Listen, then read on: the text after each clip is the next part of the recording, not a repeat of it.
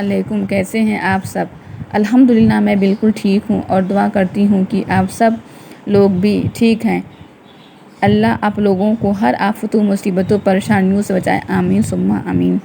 دعا میری امید ہے جو مجھے سہارا دیتی ہے، دعا میری امید ہے جو مجھے سہارا دیتی ہے۔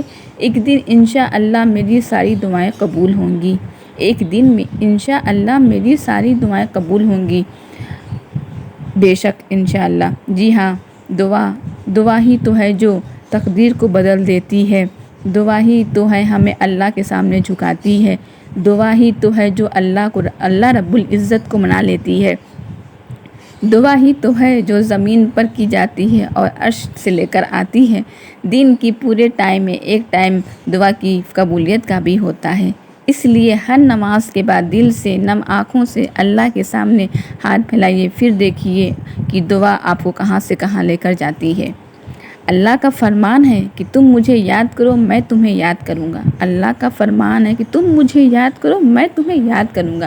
دن کی شروعات ہوتی ہے فجر کی نماز سے، دن کی شروعات ہوتی ہے فجر کی نماز سے، وہ دن کی پہلی عبادت ہوتی ہے۔ فجر نماز ایسی نماز ہے جس سے اللہ بہت پسند کرتا ہے، فجر نماز ایسی نماز ہے جس کو اللہ بہت پسند کرتا ہے۔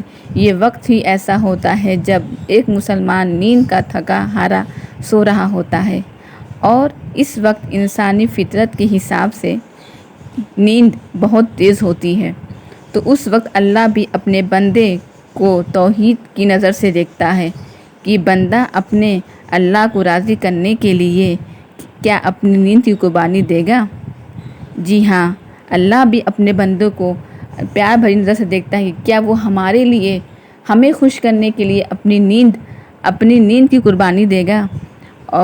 اور جب بندہ نیند کو توڑ کر خدا کی بندگی کے لیے حاضر ہوتا ہے، نماز پڑھتا ہے، تو تمام فرشتے اس بندے کو سلام بھیجتے ہیں اور خوش ہو جاتے ہیں۔ اللہ کو اس بندے کی بندگی بہت پسند آتی ہے، اور فرشتے بیان کرتے ہیں، فرشتے جب اللہ سے بیان کرتے ہیں تو اللہ بھی اپنی رحمت کی نظر ان پہ ڈالتا ہے۔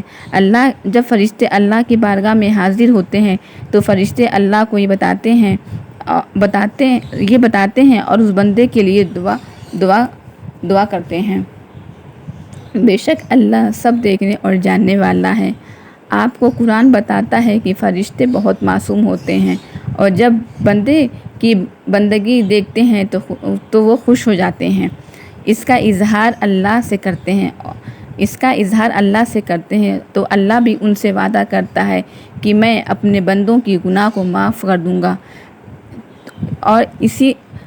اور فجر کی نماز سے فائدہ بھی بہت ہوتا ہے، فجر کی نماز سے فائدہ بھی بہت ہوتا ہے۔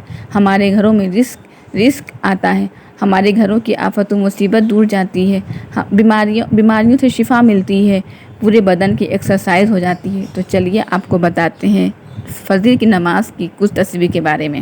جی ہاں، فجر کی نماز کی کچھ تسبیح جو فجر کی نماز ادا کرنے کے بعد پڑھی جاتی ہے۔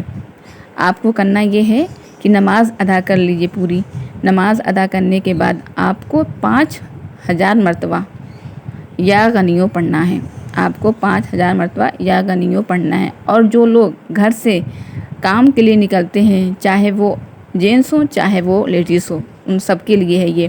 جو لوگ گھر سے کام کے لیے نکلتے ہیں ان کو اپنے کام تک جاتے ہوئے یا رزاق کو پڑھنا ہے، اپنے کام تک جاتے ہوئے یا رزاق کو پڑھنا ہے۔ ایک بار پھر سے سن لیجئے، صبح کی نماز کے بعد 5 مرتبہ یا غنیوں پڑھیں، اور جو لوگ گھر سے کام کے لیے نکلتے ہیں ان کو اپنے کام تک جاتے ہوئے یا رزاق کو پڑھتے ہوئے جانا ہے۔ ایک تسبیح استغفار کی پڑھیں نماز کے بعد، ایک تسبیح بسم اللہ کی پڑھیں۔ صبح کی نماز کے بعد 41 مرتبہ یا غنیوں پڑھیں، صبح کی نماز کے بعد 41 مرتبہ یا غنیوں پڑھیں۔ اس کی بہت بڑی فضیلت ہے، اس سے آپ کی تمام پریشانیاں دور ہوں گی انشاءاللہ۔ ویڈیو پسند آئے تو سبسکرائب کریں، بیل آئیکن کو دبائیں، اور بھی دعا و حدیث یا تہجد کی نماز کے بارے میں جاننا ہے تو کمنٹس باکس میں کمنٹس کریں اور دعاؤں میں یاد کریں۔ اللہ حافظ۔